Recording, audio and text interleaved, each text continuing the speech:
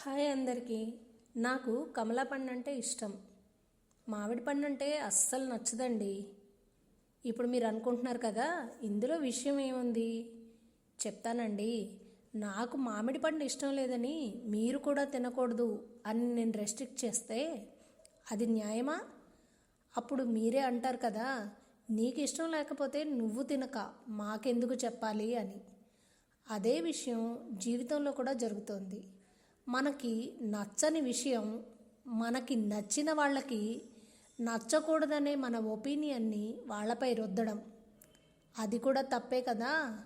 అందుకే ఫ్రెండ్స్, ఈ రోజు నుంచి ఒక చిన్న అలవాటు చేసుకుందాం. మనకి ఏది నచ్చినా నచ్చకపోయినా అది మన ఇష్టం. మన అభిప్రాయం చెప్పొచ్చు, కానీ నిర్ణయం మాత్రం వాళ్ళనే తీసుకొనివ్వాలి. సలహా ఇవ్వండి, కంట్రోల్ చేయొద్దు. వాళ్ళు మీ మాట వినలేదని బాధపడకండి, ఎందుకంటే ప్రతి ఒక్కరికి వారి వారి ఇష్టాలు ఉంటాయి. అందుకే మీరు సలహా మాత్రమే ఇవ్వండి, నిర్ణయం వారికి వదిలేయండి. మరి మీకే ఫ్రూట్ అంటే ఇష్టమో కమెంట్ చేయండి.